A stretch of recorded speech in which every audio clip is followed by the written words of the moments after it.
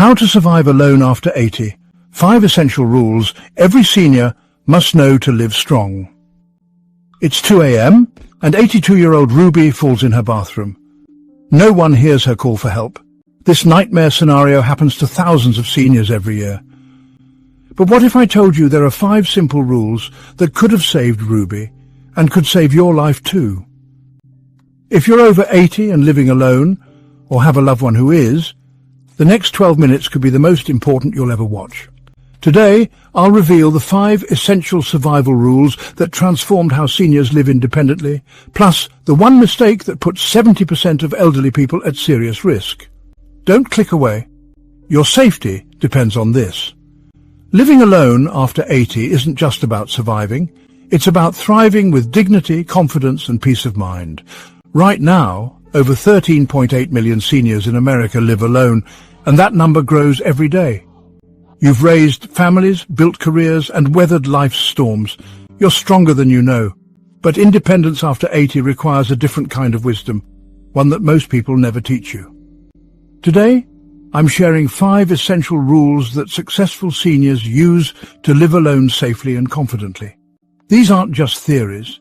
They're proven strategies from real people who've mastered the art of independent living.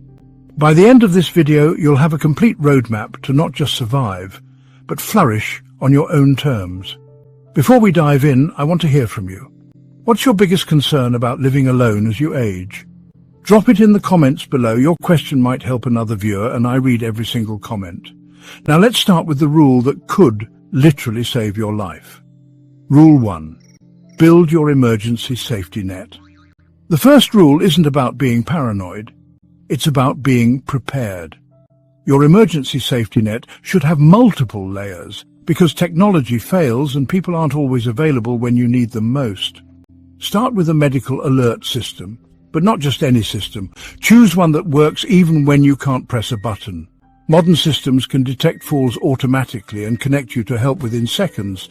But here's what most people don't know. Test your system monthly. Call the monitoring center and make sure they have your current medical information and emergency contacts. Next, establish your human network. This isn't about burdening people. It's about creating mutual support. Choose 3 neighbors, not just one. Rotate daily check-ins so no single person feels responsible for you every day. Create a simple system, a kitchen blind that you open each morning, or a porch light routine. If the signal doesn't happen by a certain time, they know to check on you. Set up family communication schedules that work for everyone. Maybe it's a quick text every morning or a phone call every other day. The key is consistency and not making it feel like a chore. Use technology to your advantage. Video calls, messaging apps, or even social media can keep you connected without being intrusive. Let me tell you about 79-year-old Lucille.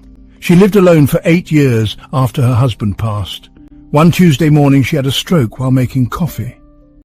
Because she had built her safety net properly, 3 things happened simultaneously. Her medical alert detected her fall, her neighbor noticed her morning blind wasn't open, and her daughter received an automated call when Lucille didn't check in. The ambulance arrived within 6 minutes. Doctors said if help had come even 15 minutes later, she might not have recovered her speech. Today, she's fully recovered and still living independently. Your safety net should also include backup plans for common emergencies. What if the power goes out for days? What if you can't drive suddenly? What if your primary doctor is unavailable? Write these scenarios down and create action plans for each one. Keep emergency supplies that actually matter, flashlights with fresh batteries, a battery-powered radio, water for 3 days, non-perishable food, and most importantly, a list of all your medications with dosages. Store copies of important documents in waterproof containers. Have you created your emergency safety net yet? What part seems most challenging to you? Share your thoughts in the comments. Other viewers might have great suggestions for you, but having a safety net is just the beginning. The second rule is about something many seniors struggle with but rarely talk about openly. Rule 2. Master the art of self-advocacy in healthcare. Healthcare becomes more complex as we age, and when you're alone, you become your own best advocate. This isn't about being difficult, it's about getting the care you deserve and understanding what's happening to your body. Prepare for every medical appointment like it's a business meeting. Write down your symptoms, questions and concerns beforehand. Bring a list of all medications, including over-the-counter supplements. Don't assume your doctor remembers everything from your last visit. They see dozens of patients every week. Here's a game-changing tip. Bring a small notebook to every appointment and write down what the doctor says while they're talking. This isn't rude. It shows you're engaged and serious about your health. Ask them to spell medical terms and explain them in simple language. If you don't understand something, say so. A good doctor will appreciate your questions. Never leave an appointment without understanding 3 things: what's wrong, what the treatment plan is, and when you should follow up or seek emergency care. If the doctor seems rushed, politely say, "I want to make sure I understand this correctly before I leave."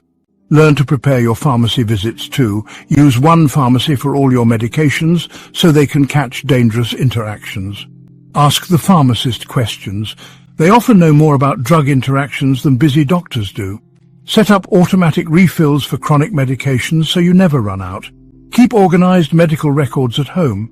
Create a simple folder system with test results, medication lists and appointment summaries. When you go to the emergency room or see a new specialist, you'll have everything they need. Consider bringing an advocate to important appointments, a family member, friend, or hired patient advocate. 2 sets of ears are better than 1, especially when discussing complex treatments or diagnoses. Let me share what happened to 81-year-old Stanley. For months he felt dizzy and weak, but his doctor kept saying it was just part of aging. Stanley felt dismissed, but didn't know how to speak up. Finally, his daughter taught him to be more assertive. At his next appointment, Stanley brought a written list of specific symptoms and times they occurred. He asked direct questions. What tests can rule out serious conditions? What could cause these exact symptoms? The doctor ordered blood work that revealed severe anemia caused by internal bleeding. Early treatment saved Stanley's life. He learned that being politely persistent isn't rude. It's necessary. Understand your insurance coverage and rights. Know what services are covered, how to appeal decisions, and when you can get second opinions. Don't let insurance companies make medical decisions for you. That's between you and your doctor. Build relationships with your healthcare team. Remember the names of nurses and office staff. Thank them when they help you. These relationships can make a huge difference when you need urgent care or have questions between appointments. What's your biggest challenge when dealing with healthcare providers? Do you feel heard during appointments? Share your experiences in the comments. Your story might help someone else find their voice. Speaking up for your health is crucial. But the 3rd rule is about maintaining the foundation of your independence. Rule 3. Create your independence maintenance system. Independence after 80 isn't just about surviving. It's about maintaining your home, finances and daily routines in a way that keeps you confident and self-reliant. This requires a systematic approach that prevents small problems from becoming big crises. Start with home maintenance prevention. Create a seasonal checklist. Test smoke alarms every 6 months. Clean gutters twice a year. Service your heating and cooling systems annually. But here's the key. Know your limits. Climbing ladders at 80 isn't brave, it's dangerous. Build relationships with trusted service providers before you need them desperately. Simplify your home gradually. You don't need to downsize dramatically, but remove tripping hazards, improve lighting, and make frequently used items easily accessible. Install grab bars in bathrooms before you need them, not after you fall. Consider lever-style door handles instead of knobs. They're easier on arthritic hands. Organize your finances for clarity and security. Set up automatic bill payments for utilities, insurance, and other fixed expenses to avoid late fees and service interruptions. But keep control. Review statements monthly and maintain enough manual oversight to catch fraud or errors. Create a financial emergency fund specifically for home repairs and unexpected expenses. Aim for $5,000 to $10,000 in easily accessible savings. This isn't your retirement fund. It's your furnace breaks in January fund that keeps you from relying on others for every unexpected expense. Learn basic problem-solving skills or know who to call immediately. Keep a list of trusted service providers, plumber, electrician, handyman, and appliance repair. Get recommendations from neighbours, not just online reviews. Build relationships with local hardware store staff. They often know reliable local contractors. Master the art of adaptive cooking and shopping. Batch cook meals when you feel energetic and freeze portions. Use grocery pickup or delivery services without shame. They're tools for maintaining independence, not signs of weakness. Keep easy-to-prepare nutritious foods on hand for days when cooking feels overwhelming. Let me tell you about 83-year-old Diane. She lived in the same house for 40 years but started feeling overwhelmed by maintenance after her husband died. Instead of selling immediately, she got strategic. She hired a neighborhood teenager to do seasonal yard work, established relationships with 3 reliable contractors, and simplified her homeroom by room. She installed better lighting, removed unnecessary furniture, and converted one bedroom into a main-floor living space.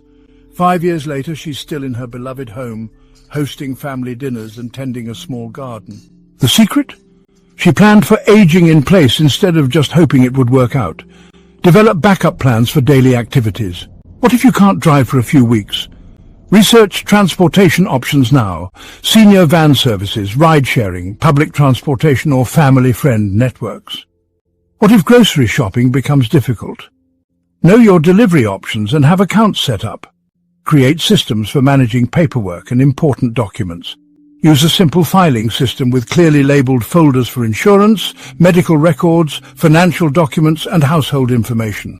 Keep copies of essential documents in a fireproof safe or safety deposit box. Stay physically capable through targeted exercises. You don't need a gym membership. Simple balance exercises, light strength training with household items, and regular walking can maintain the physical ability to live independently longer. What part of maintaining your independence feels most challenging right now? Are there specific tasks you're worried about managing alone? Share in the comments. Other viewers might have found creative solutions you hadn't considered. But maintaining your independence is only part of the equation. The 4th rule addresses something that can make or break your happiness living alone. Rule 4. Build meaningful social connections. Loneliness isn't just unpleasant, it's dangerous. Studies show that social isolation affects your health as much as smoking 15 cigarettes a day. But building meaningful connections after 80 requires intentional effort and often stepping outside your comfort zone. Start where your interests already lie. Join groups related to hobbies you love or causes you care about. Book clubs, gardening groups, volunteer organizations, or faith communities provide natural opportunities to meet like-minded people. The key is consistency. Show up regularly, not just when you feel like it. Embrace intergenerational relationships. Don't limit yourself to friendships with people your own age. Mentor younger people, share your skills and experience, or participate in programs that connect seniors with students or young families. These relationships often bring unexpected joy and energy to your life. Use technology as a tool, not a replacement for human connection. Video calls with distant family, social media groups for your interests, or online communities for seniors can supplement but shouldn't replace face-to-face interactions. If technology feels overwhelming, ask someone to teach you. Most people are happy to help.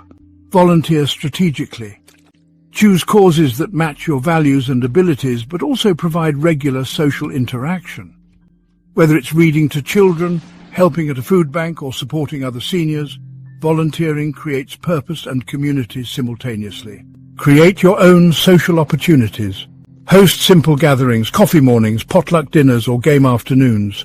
You don't need elaborate entertaining skills. People appreciate genuine invitations and the chance to connect with others. Be open to unexpected friendships. Some of the best late-in-life friendships come from unlikely sources. Neighbors, people you meet in waiting rooms, fellow volunteers, or even service providers who become trusted friends over time.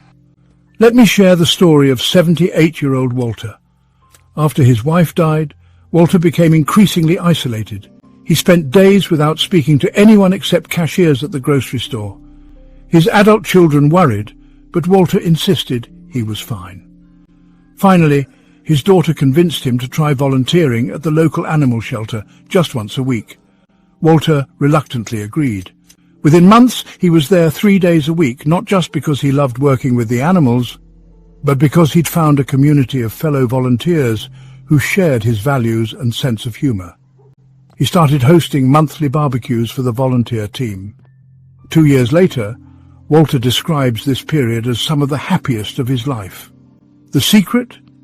He found people who needed what he had to offer and who offered what he needed in return. Learn the art of being a good friend at any age. Listen actively, remember details about people's lives, offer help when appropriate, and accept help gracefully when you need it.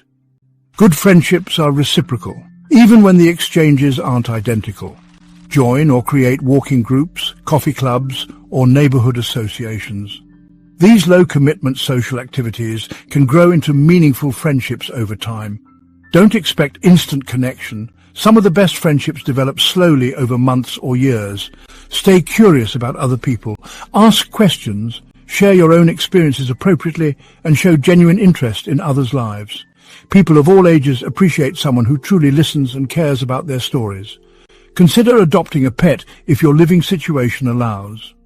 Pets provide companionship and also create opportunities to meet other pet owners during walks or at veterinary visits. The responsibility of caring for another living being can provide structure and purpose to your days. Fight the urge to isolate when you're feeling low. This is when you most need connection, even though it's when reaching out feels hardest. Have a plan for difficult days, people to call, places to go, or activities that reliably lift your spirits. What's worked best for you in making new friends or maintaining relationships? Do you have concerns about social isolation? Share your experiences in the comments. Your insights might inspire someone else to reach out and connect. Building connections enriches your daily life, but the fifth and final rule is about facing life's biggest challenges with confidence and grace. Rule 5. Prepare for the unexpected with grace. The final rule isn't about being morbid, it's about facing reality with wisdom and ensuring your wishes are honored while maintaining control over your life's direction. Proper preparation brings peace of mind and protects your independence longer. Start with essential legal documents that every senior living alone must have updated and accessible. A current will, healthcare directive, financial power of attorney and HIPAA authorization. Should all be reviewed every few years or after major life changes. Keep originals in a safety deposit box and copies easily accessible at home. Have honest conversations with trusted family members or friends about your wishes. Don't assume they know what you want. Discuss healthcare preferences, financial arrangements, and end-of-life wishes. These conversations are gifts to the people who care about you. Plan for gradual changes in your abilities. Create a timeline of modifications you might need. It means you'll make decisions from a position of strength, not crisis. Organize your financial affairs for easy management and transition. Keep important account information, passwords, and contact details in a secure location. Build your support team before you need them. Plan for emergency scenarios specifically. Let me tell you about 84-year-old Naomi. 5 years ago, she meticulously organized all her affairs. She discussed everything openly with her 3 children, and even appointed a family friend as backup decision-maker. Last year, Naomi had a serious stroke that affected her speech temporarily. Because she had prepared thoroughly, her family knew exactly what she would want. They were able to follow her wishes for treatment and manage her finances, and make housing modifications that allowed her to return home safely. Naomi recovered most of her abilities and recently told her daughter, "The best gift I gave myself was planning ahead. I never felt powerless, even when I couldn't speak for myself. Create a personal emergency information packet. Include medical history, current medications, emergency contacts, insurance information. Consider your housing future realistically. Research options while you're healthy, senior communities, assisted living facilities. Build flexibility into your plans. Focus on your core values and priorities. Understand your insurance coverage thoroughly. Plan financially for potential gaps in coverage. Practice letting others help appropriately. This builds relationships and systems you might need more extensively later. Stay engaged with legal and financial planning as laws change. What aspects of planning for the future feel most overwhelming to you? These 5 rules aren't just suggestions, they're the foundation for living alone after 80, with confidence, safety and joy. Let me tell you about 85-year-old Rose. 3 years ago, she was overwhelmed by living alone after 60 years of marriage. She felt vulnerable, isolated, and constantly worried about what-if scenarios. Every day felt like survival, not living. Then Rose decided to implement these 5 rules systematically. She installed a medical alert system and built relationships with 3 neighbours who became genuine friends. She learned to advocate for herself with doctors and now confidently manages a complex medication schedule. She organised her home and finances, creating systems that make daily life manageable and secure. Rose joined a community garden project and now leads a weekly storytelling group at the local library. She's made friends across 3 generations and feels needed and appreciated. Most importantly, she completed all her legal and healthcare planning, having open conversations with family about her wishes. Today, Rose describes herself as thriving, not just surviving. She travels to visit grandchildren, hosts monthly game nights, and recently started learning watercolour painting. She lives with confidence instead of fear, purpose instead of just passing time. The transformation isn't just about being prepared, it's about reclaiming control over your life and finding joy in independence. These 5 rules didn't just help Rose survive alone, they helped her discover that some of life's most fulfilling chapters can come after 80. If this video helped you feel more confident about living independently, please hit that like button and share it with any senior you care about. Your share could literally save someone's life or transform their golden years from survival into thriving. Subscribe and ring that notification bell. What's your biggest takeaway from today's video? Which rule will you implement first? Tell me in the comments below. I read every single one and your insights help other viewers. Remember, age is just a number, but wisdom is your superpower.